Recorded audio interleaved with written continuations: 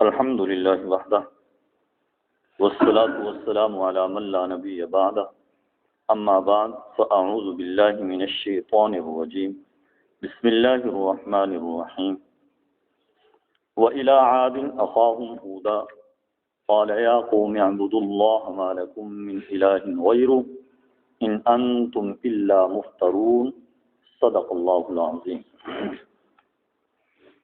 آج ہم اپنے درس قرآن کا آغاز سورہ ہود کی آیت نمبر 50 سے کر رہے ہیں۔ اللہ تبارک و تعالی ارشاد فرماتے ہیں، ہم نے قوم عاد کی طرف ان کے بھائی ہود علیہ السلام کو پیغمبر بنا کر بھیجا۔ قوم عاد حضرت نوح علیہ السلام کے بیٹے حضرت سام کی نسل میں سے،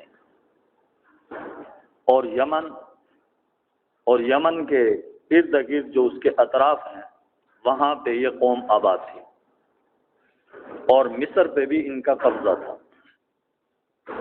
اللہ تبارک و تعالی نے حضرت ہود علیہ السلام کو اس قوم کی طرف پیغمبر بنا کر بھیجا، اور یہ قوم بڑے طویل لمبے قد والی تھی اور جسم کے اعتبار سے بڑی توانا، بڑی مضبوط، بڑی طاقتور قوم تھی، حتیٰ کہ یہ کہا کرتی تھی من اشد منا قوہ، ہم سے زیادہ طاقتور کون ہو سکتا ہے۔ تو اللہ تبارک و تعالی نے ان کی طرف حضرت ہود علیہ السلام کو پیغمبر بنا کر بھیجا، اور اللہ تبارک و تعالی ارشاد فرماتے ہیں کہ ان کے بھائی ہود علیہ السلام۔ اب سوال یہ پیدا ہوتا ہے کہ قوم تو کافر تھی، تو حضرت ہود علیہ السلام ان کے کیسے بھائی بنے؟ اور دوسرا یہ کہ قوم مشرک تھی، حضرت ہود علیہ السلام موحد تھے، وہ ان کے بھائی کیسے بنے؟ تو اس کا جواب یہی ہے کہ ایک تو بھائی ہوتا ہے نسبی اور نسلی، اور ایک بھائی ہوتا ہے وطن کے اعتبار سے، زبان کے اعتبار سے، اس کو بھی بھائی کہا جاتا ہے۔ تو اس لیے یہاں پہ یہی مراد ہے، فرمایا حضرت ہود علیہ السلام جو ان کے بھائی تھے ان کو پیغمبر بنا کر بھیجا۔ قال یا قوم اعبدوا اللہ ما لکم من الہ غیرہ، حضرت ہود علیہ السلام نے فرمایا اے میری قوم، اللہ کی عبادت کرو، اللہ کے علاوہ تمہارا کوئی معبود نہیں۔ عبادت اللہ کی ہے، سجدہ اللہ کا ہے، جھکنا اللہ کے سامنے ہے، نظر و نیاز اللہ کی ہے، اور فرمایا رکوع اللہ کا ہے، قیام اللہ کا ہے۔ وہ بات جو سارے کے سارے انبیاء علیہ السلام نے اپنی قوموں سے کہی، جو دعوت سارے نبیوں نے اپنے قوموں کو دی، وہی دعوت حضرت ہود علیہ السلام نے بھی اپنی قوم کو دی۔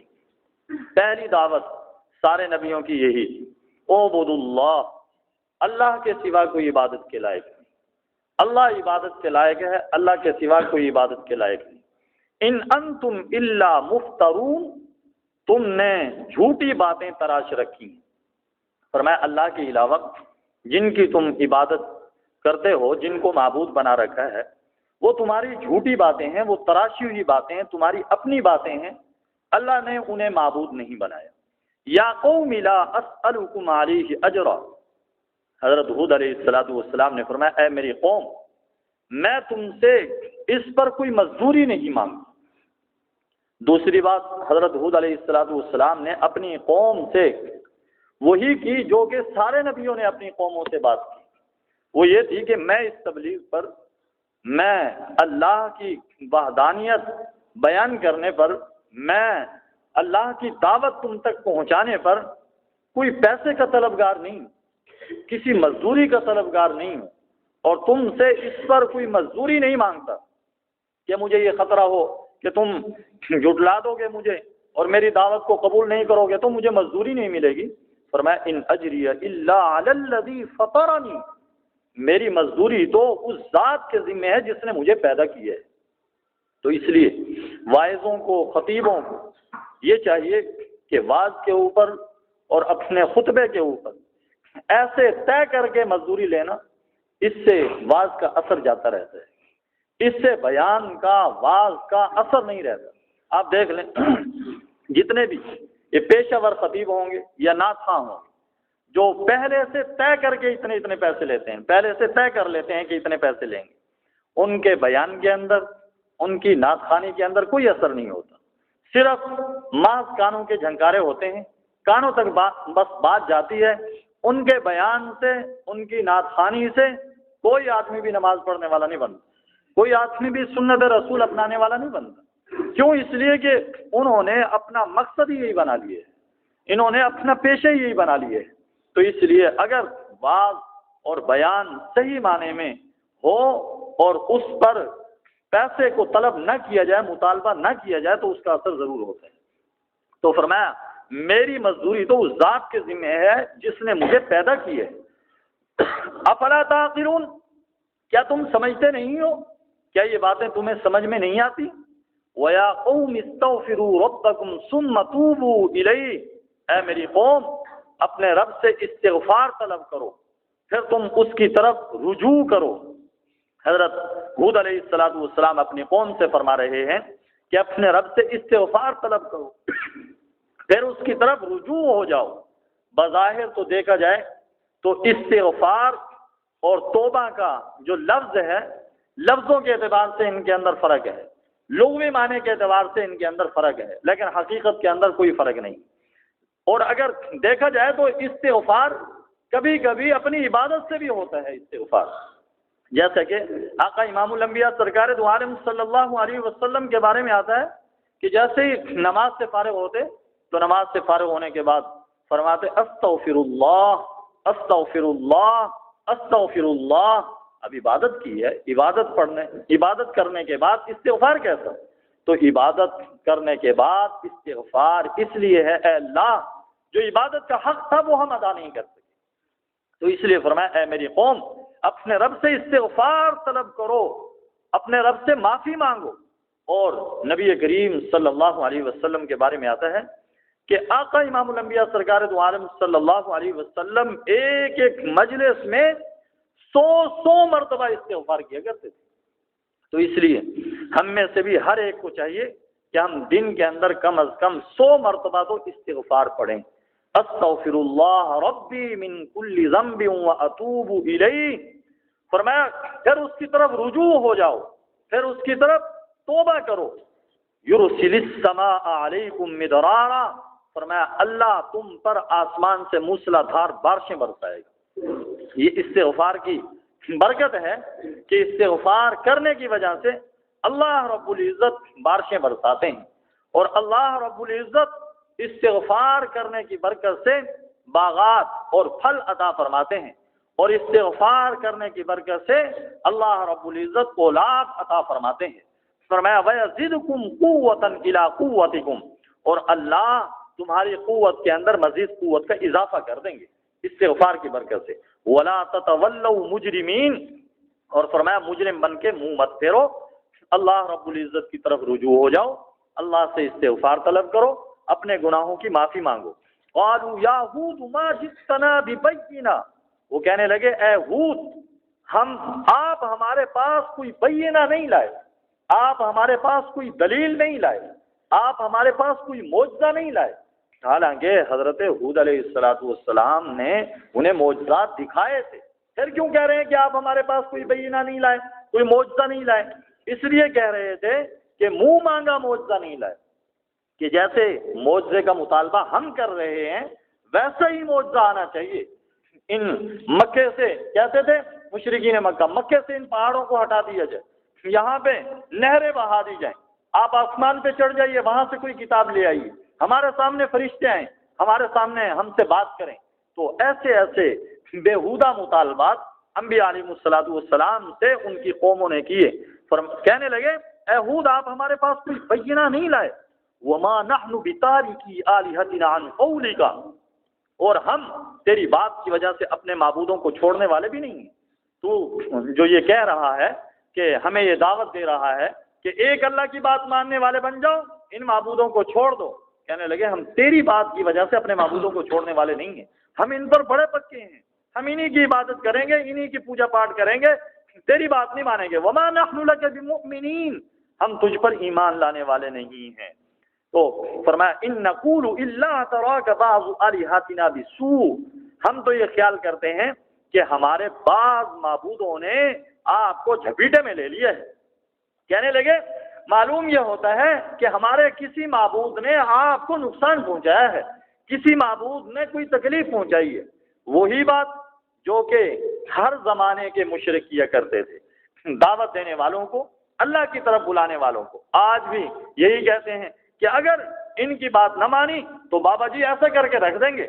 یہی بات پیغمبروں کی قوموں نے ان سے کہی، کہنے لگے اگر آپ ہمارے معبودوں کو برا بھلا کہیں گے تو آپ کو یہ تکلیف پہنچا سکتے ہیں۔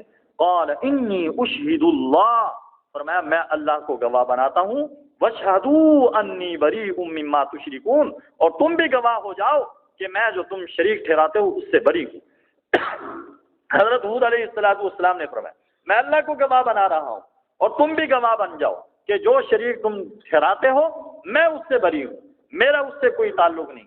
یعنی توحید پر ایمان لانے کے ساتھ ساتھ شرک سے برات بھی ضروری ہے، تو اس لیے فرمایا تم گواہ ہو جاؤ میں جو تم شریک ٹھہراتے ہو اس سے میں بری ہوں، من دونہ، اللہ کے علاوہ، فکیدونی جمیعا، تم سارے کے سارے اکٹھے ہو کر میرے خلاف تدبیریں کرو، ثم لا تنظرون، پھر مجھے مہلت نہ دو، مجھے ذرا بھی مہلت نہ دو، جو کچھ میرے ساتھ کرنا ہے کر گزرو۔ انی توکلت علی اللہ ربی و ربکم، میں نے اپنے رب پہ بھروسہ کر لیا ہے، جو اللہ پر بھروسہ کر لیا ہے، جو اللہ میرا بھی رب ہے اور تمہارا بھی رب ہے، تم مانو نہ مانو وہ اللہ تمہارا بھی رب ہے۔ ما من دابۃ الا هو آخذ بناصیتها، زمین پر چلنے والا کوئی جانور نہیں ہے جس کی پیشانی اللہ کے قبضہ قدرت میں نہ ہو، فرمایا جس کی چوٹی اللہ کے قبضہ قدرت میں نہ ہو، جس کی پیشانی اللہ کے قبضہ قدرت میں نہ ہو، فرمایا جدھر چاہے اس کا رخ پھیر دے، سب کی چوٹیاں، سب کی پیشانیاں وہ اللہ کے کنٹرول میں ہیں، اللہ کے قبضے میں ہیں، اللہ کے ہاتھ میں ہیں۔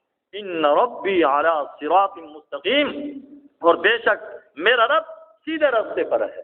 جیسے کہا جاتا ہے، ویسے تو کہا جاتا ہے کہ ایمان والے، اللہ والے، وہ اللہ سے یہ دعا کرتے ہیں کہ اے اللہ ہمیں سیدھا راستہ دکھا، ہمیں سیدھے راستے پہ چلا، لیکن یہاں پہ فرمایا کہ میرا رب سیدھے راستے پر ہے۔ مطلب یہ ہے کہ میرا رب جس راستے کی طرف بلا رہا ہے، میرا رب جس راستے کی دعوت دے رہا ہے وہی سیدھا راستہ ہے، اسی پر چل کر انسان صراط مستقیم پر پہنچ سکتا ہے۔ فَإِن تَوَلَّوْا، اگر تم منہ پھیرو، فقد ابلغتکم ما ارسلت به الیکم، تحقیق میں تم تک پہنچا چکا وہ جس کے ساتھ میں تمہاری طرف بھیجا گیا ہوں۔ فرمایا جو پیغام اللہ نے میرے ذمہ لگایا تھا میں نے وہ پیغام تم تک پہنچا دیا، اب تمہاری مرضی مانو نہ مانو۔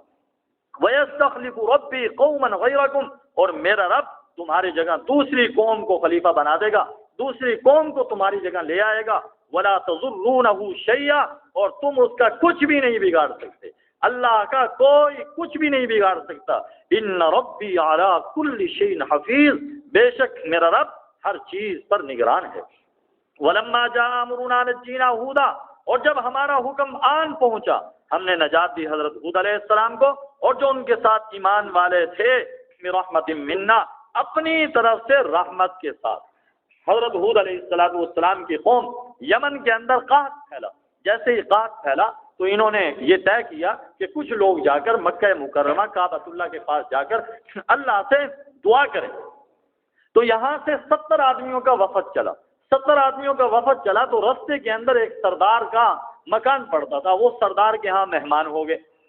جیسے ہی سردار کے ہاں مہمان ہوئے اس نے ان کی خوب خاطر تواضع کی، اس نے خوب خاطر تواضع کی، اور ساتھ ناچ گانے والی عورتیں ناچ گانا بھی سنایا کرتی تھی۔ ان کے تو مزے ہو گئے، وہیں پہ کھانے کے لیے بیٹھ گئے، جانے کا نام ہی نہیں لے رہے۔ ایک مہینہ گزر گیا، اب وہ سردار جو ہے وہ تنگ ہو گیا، یہ عجیب مہمان آئے ہیں، یہ تو جاتے ہی نہیں ہیں۔ جیسے بہت سے مہمان ایسے ہوتے ہیں وہ سر ہو کے رہ جاتے ہیں کہ جاتے ہی نہیں ہیں۔ جیسے کوئی آدمی کسی کے پاس مہمان گیا، میزبان جو تھا وہ تنگ ہو گیا، اس نے یہ کہا کہ اب تو بچے جو ہے آپ کو یاد کر رہے ہوں گے۔ اس نے کہا ہاں بچے مجھے بھی یاد آ رہے ہیں اور میرا جی یہ چاہتا ہے کہ ان کو بھی یہیں بلا لوں۔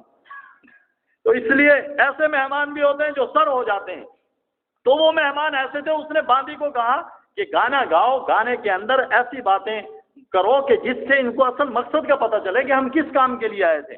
تو باندی نے گانا گایا اور گانے کے اندر یہ بتایا کہ تم تو اللہ سے دعا کرنے کے لیے آئے تھے، کہاں دور ہونے کی دعا کرنے کے لیے آئے تھے۔ جب باندی نے گانا گایا ان کو خیال ہوا اوہ ہم کس کام کے لیے آئے تھے، وہاں سے چلے۔ جب کعبۃ اللہ کے قریب پہنچے، حرم شریف کے قریب پہنچے تو 3 بادل آئے، ایک سرخ تھا، ایک سیاہ تھا، ایک سفید تھا، اور بادل سے آواز آئی کہ جس بادل کو تم چاہو اختیار کر لو، اپنی طرف سے پسند کر لو۔ تو کہنے لگے یہ جو کالا بادل ہے نا اس کو ہم پسند کرتے ہیں، کیونکہ کالا بادل عام طور پہ بارش برساتا ہے، اس سے بارش برستی ہے۔ جیسے ہی کالے بادل کو انہوں نے پسند کیا تو وہ کالا بادل یمن کی طرف چل پڑا۔ جیسے ہی یمن کی طرف چلا تو وہ بڑے خوش ہوئے کہ اب تو بارش برسے گی، اب تو جل تھل ہو جائے گا سارا، اب تو بارش برسے گی، سارا ہی قحط ختم ہو جائے گا۔ اور جس وقت وہ بادل وہاں پہ پہنچا تو اللہ رب العزت کی طرف سے ان پر عذاب آیا۔ 7 راتیں اور 8 دن تک ہوا چلی، ایسی سخت ہوا چلی کہ عمارتیں، بڑی بڑی عمارتیں، اور یہ انجینئر کا شعبہ جو ہے یہ جانا کرتے تھے، بڑی بڑی مضبوط عمارتیں انہوں نے بنائی تھی۔ 7 منزل کی عمارتیں بنایا کرتے تھے، ایک منزل سے دوسری منزل کے درمیان 40 گز کا فاصلہ ہوا کرتا تھا۔ اتنی بڑی بڑی 7 منزلیں یہ تعمیر کیا کرتے تھے اور اپنے آپ کو بڑے ڈیل ڈول والے سمجھا کرتے تھے۔ جیسے ہی وہ ہوا چلی، ہوا نے ان کو ریزہ ریزہ کر کے رکھ دیا، اور یہ خود بڑے قد و قامت والے تھے۔ اللہ نے وہ جو ہوا بھیجی اس نے ان کو یوں اٹھا کے پٹکا، جیسے کہ سورہ حاقہ میں فرمایا یوں پڑے تھے جیسے کھوکھلی کھجور کے تنے پڑے۔ فرمایا برحمت منا، ہم نے حضرت ہود علیہ السلام کو اور ان کے ساتھ جو ایمان والے تھے ان کو اپنی رحمت کی وجہ سے ہم نے نجات دی۔ کوئی یہ نہ سمجھے کہ حضرت ہود علیہ السلام کی وجہ سے، اللہ فرماتے ہیں یہ سب کچھ ہماری رحمت سے ہوا ہے۔ وَنَجَّيْنَاهُم مِّنْ عَذَابٍ غَلِيظٍ، اور ہم نے ان کو گاڑے عذاب سے نجات دی۔ وَتِلْكَ عَادٌ جَحَدُوا بِآيَاتِ رَبِّهِمْ، یہ قوم عاد تھی جنہوں نے اپنے پروردگار کی نشانیوں کا انکار کیا۔ وَعَصَوْا رُسُلَ، اور انہوں نے اپنے رسولوں کا انکار کیا۔ حالانکہ آئے تو ایک رسول تھے حضرت ہود علیہ السلام، قرآن کہہ رہا ہے کہ انہوں نے بہت سارے رسولوں کا انکار کیا۔ تو مفسرین کرام فرماتے ہیں کہ ہو سکتا ہے کہ پیغمبر تو بہت سارے آئے ہوں لیکن زیادہ مشہور حضرت ہود علیہ السلام ہوں۔